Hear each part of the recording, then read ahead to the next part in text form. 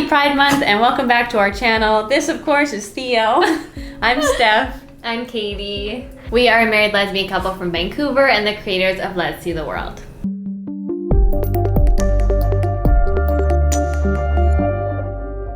So for Pride Month, we have been putting out 2 videos every week. All of them are Pride themed. So this week we thought we would do a little lesbian Q&A. Yes, we had our audience on Instagram sending questions, so let's get to them.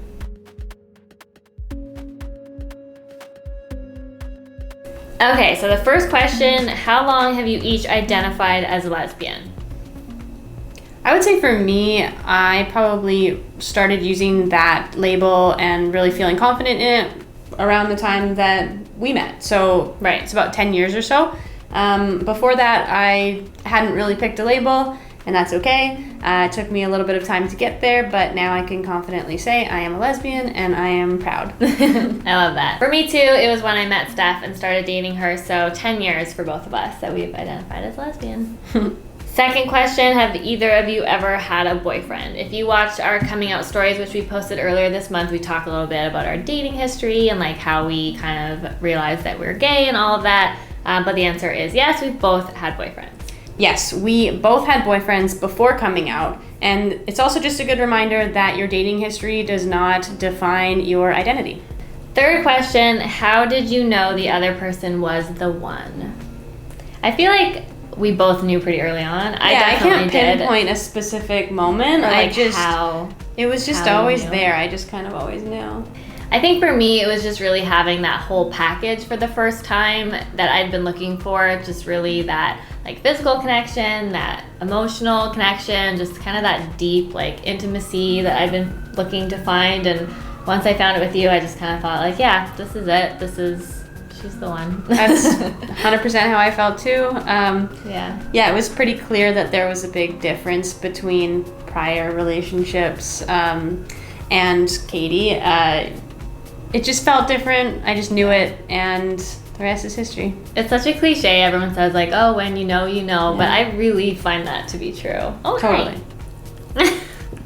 Okay, next question. Was coming out something you did together? So no, I came out when I started dating Steph. She's the first girlfriend that I had, the first woman that I dated. So my coming out experience all happened like with her. Yeah. But for you, you had already come out. I would say, yeah, I had already come out to most people in my life.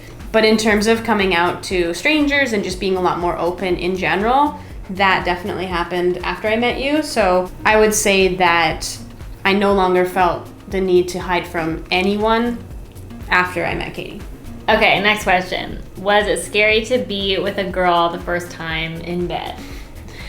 I wouldn't say scary. I would say exciting. I mean, exciting can be scary too. So yes and no.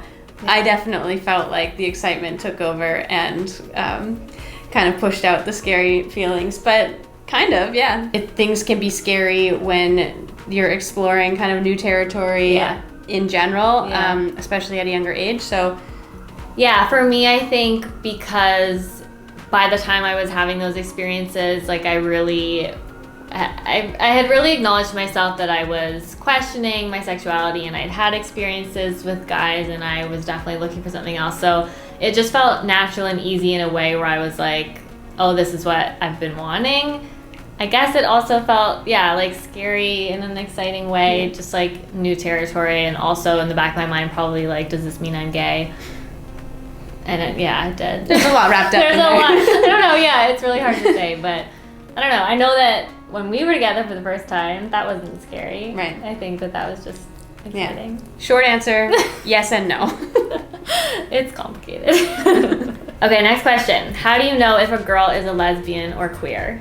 That's such a good question. I am not the person to ask for this because I had terrible gaydar. I just never knew.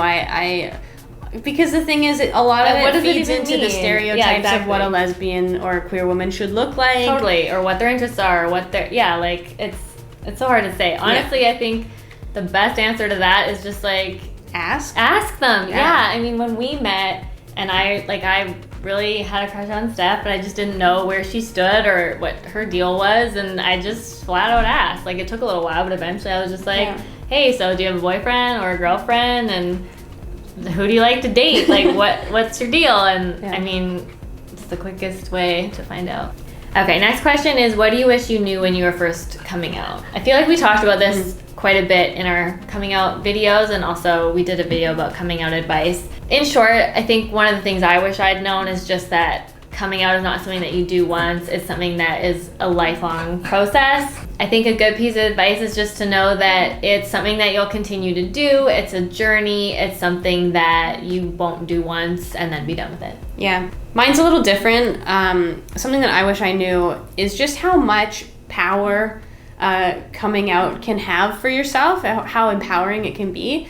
Because I mean, I was in high school and I desperately wanted to keep it a secret. I was dating a girl. I didn't want anyone to know. I was so paranoid about rumors flying around and things like that, that if I actually really stop and think about it, had I just come out, been open, been confident in my own identity, nobody would have had any ammunition to bully me or make fun of me, honestly. You like, just own it. Yeah, because now that I'm out, nobody can say, oh, well, you're such a lesbian. Yeah, I am, and I love that. So what do you got, you know? More questions about coming out advice. So I think definitely if you haven't already, go watch our coming out advice video because we dive into a lot of things there. But yeah, things like making sure you have a support system, finding a queer community to connect with, taking your time, being patient with yourself, and coming out first to people who you can really trust and lean on, I think is important. Yeah. Next question, how do you feel about PDA? I think this is very personal to every couple. Everyone's very different. Yes. I would say personally, we are advocates for sure. I think, yeah. I mean, for us, it's all about visibility as well. So, you know, holding hands in public or snuggling or a kiss here and there, you know, can help someone else by seeing it and normalizing it. I think, you know, that's really important. Definitely. And I mean, it's a privilege to be able to do that, obviously. I remember when we first started dating, we would be out and I would just hold your hand and cuddle you and kiss you in public, and I had just never thought about not being able to do that. Yeah. And obviously that's a privilege of ours, being where we're from and all of those things. But I mean, it's also cultural as well in terms of couples in general. Straight couples will show PDA here in Canada.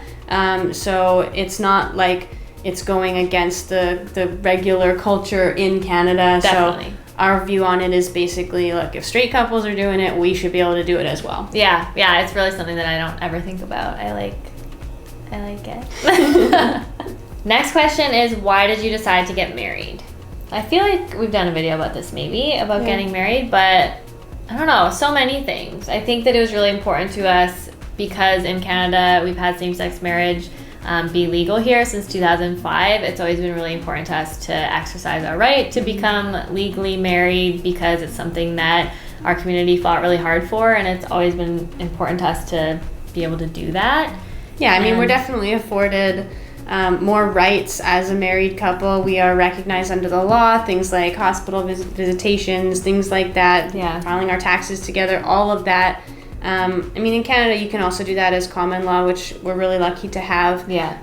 But it also extends out to other countries that we travel to. Okay, next question. What is the most frustrating lesbian stereotype? I feel like we could do a whole video about this. There are a lot, that are frustrating. I would say, for you,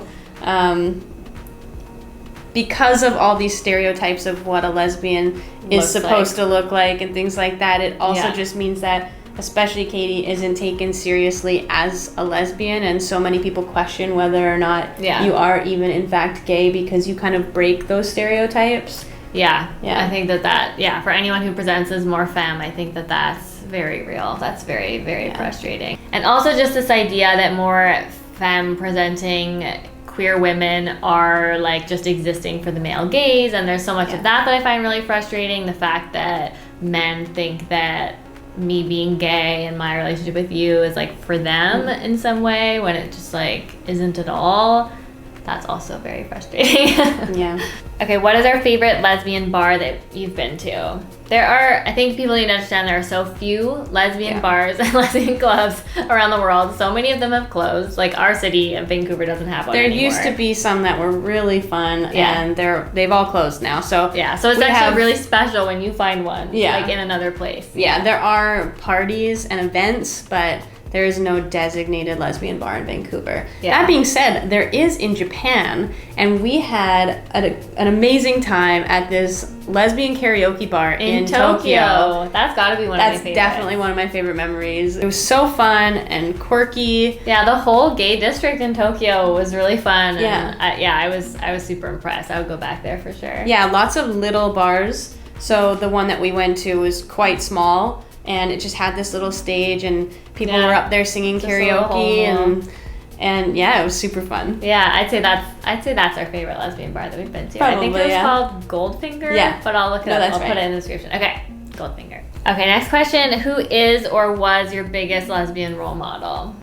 Honestly, when I was younger, I don't know that I really had any. I think that's part of the problem. That is part of the problem. Here. Yeah. Now I can say that a lot of the people that I really look up to are more my peers, if anything. Like a lot of the women from this former CWHL or the Canadian Women's National Team for hockey have come out, and I think that's so great. But they're also people that I know personally. Yeah, it's been so cool over the last several years to see people that I've known to be out in their personal lives and like with friends and everything, to then be out publicly and be celebrated for it. Growing up playing hockey with a lot of these women, it was always something that was there, but nobody ever talked about. And there was a lot of criticism, and like rumors, like I had said before, about who was dating who and how scandalous it all was, and but nobody really talked about it, and it definitely wasn't out in the media and stuff. Right. So it's pretty cool to see a lot of those players just be out and open to fans, and I think it's so important, and it goes such a long way. Yeah, same for me. I had no lesbian role models growing up. That was part of the problem for sure. But I think in recent years, seeing these super hyper feminine women who are actresses and supermodels and musicians, seeing them coming out as lesbians or queer, that has just been, I think it's been so huge for me. So I think looking up to all those people for sure. Yeah. Okay, last question. What is your favorite thing about being gay?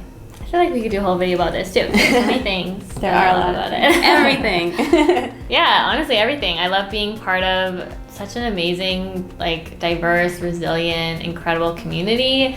I feel being a lesbian, you just get to be surrounded by women. You just get to be with women all the time. I just some love good women energy so right much. There. Yeah, what's not to love about it? I think because we've both had, we both dated guys, we both had other partners, but just seeing what a deep connection we can have as two women, it's just, I don't know, it goes so far beyond anything that either of us have experienced. Yeah. And I think in general, it's just a lot more common with same-sex relationships to be in a partnership with your best friend. I know it's still possible, but in same-sex relationships, I think it's more common. Yeah. And Katie's definitely my best friend, and I love hanging out with my best friend every day, and also being married to her, and it's just all the things. All the things. And Theo loves it too.